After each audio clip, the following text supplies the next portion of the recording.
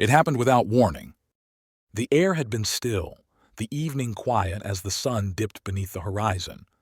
The house stood at the edge of town, isolated and tucked between some trees. Birds had long since fled. Inside, Clara stood in her kitchen washing dishes, her hands moving through the motions of everyday life. She stared out the window where the orange glow of dusk had just begun to fade. Her husband Dan was upstairs, and their young daughter Lily was playing in the living room. Everything was quiet, routine, and then the earth opened. There was no sound at first, just a sudden, violent tremor that shook the house like a doll in the hands of an angry child. Clara gasped, clutching the edge of the sink as the glass slipped from her hands, shattering on the floor. The ground lurched again, more violently this time, and the entire house groaned as though some invisible force was pulling it down. "Dan! Lily!" she screamed, stumbling toward the hallway, but before she could take another step, the floor buckled beneath her.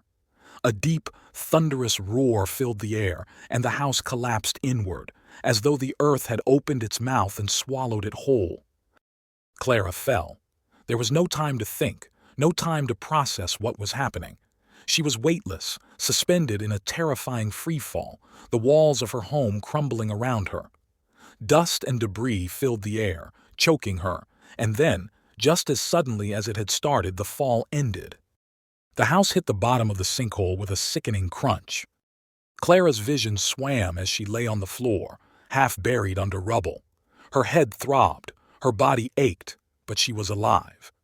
She could hear her heart pounding in her ears, loud and frantic, but beyond that, there was only silence. Slowly, painfully, she pushed herself up, blinking through the haze of dust and darkness. She was in what remained of her kitchen, though it barely resembled the room she had been standing in minutes before. The ceiling had collapsed, the walls were jagged, broken, but it wasn't just the house, they were underground. The light from above was faint, barely reaching the bottom of the massive sinkhole that had swallowed them. Clara's hands shook as she tried to find her bearings, but the darkness pressed in, disorienting her. "Lily, Dan!" she called out, her voice hoarse but only silence answered. She tried again, louder, more desperate. "Dan! Lily!" A faint whimper echoed from somewhere beyond the wreckage. "Lily!" Clara scrambled over the broken remains of the kitchen, her hands cut and bleeding as she clawed through the debris. She found her daughter beneath a fallen beam, her tiny body trembling but miraculously unharmed. Clara pulled her free, clutching her close as she sobbed into her mother's chest. "Mommy, what happened?" Lily's voice was small, scared. "I don't know, sweetheart. I don't know." Clara stood, holding Lily in her arms, her eyes scanning the wreckage. The air down here was different, heavier, thicker. It was damp, but not just with moisture. There was something else in the air, something old, something that shouldn't have been disturbed. "Dan!" Clara shouted again, her voice cracking. She moved through the remains of the house, her pulse racing. Where was he? Where was her husband? And then from the darkness came a sound. A scraping sound, low, subtle, but it was there, coming from deeper within the earth. Clara turned slowly, her breath catching in her throat. At the far end of the sinkhole, where the light barely touched, something moved. At first it was just a shadow, a flicker of motion that could have been her imagination. But as she stared, it began to take shape. A figure. No, not a figure. A mass. A shifting, writhing mass of something alive. Clara stumbled back, clutching Lily tighter as her daughter whimpered against her shoulder. The thing moved closer, the sound of its dragging, shifting body growing louder. It was coming from beneath the earth, and now the sinkhole had opened the door. The smell hit her next, wet, putrid, like rotting meat left in the sun too long. It made her gag, but she couldn't take her eyes off it.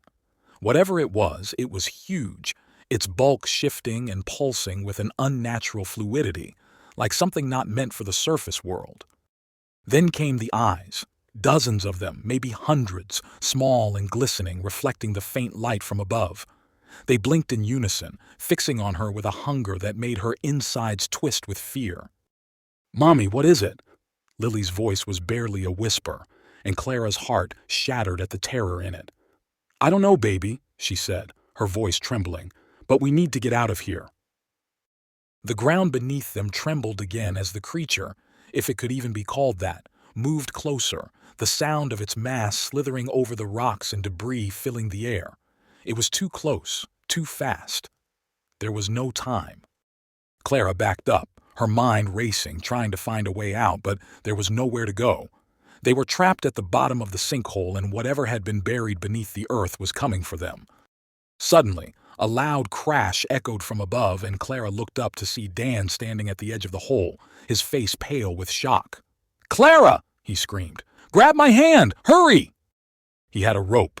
Somehow, miraculously, he had found a way to reach them. Clara's heart leapt with hope, and she rushed toward him, holding Lily tightly as she reached for the rope. But it was too late. The creature surged forward, its body rippling with unnatural speed. Clara screamed as its mass slammed into the remnants of the house, sending splinters of wood and stone flying. She fell, the rope slipping from her fingers as the ground shook violently beneath her. The last thing she saw was the creature's many eyes, wide and glistening with hunger, as it descended upon her. Above, Dan stood frozen at the edge of the sinkhole, his heart pounding in his chest as the ground below him rumbled. He could see the faint outline of Clara and Lily far below, but then they were gone.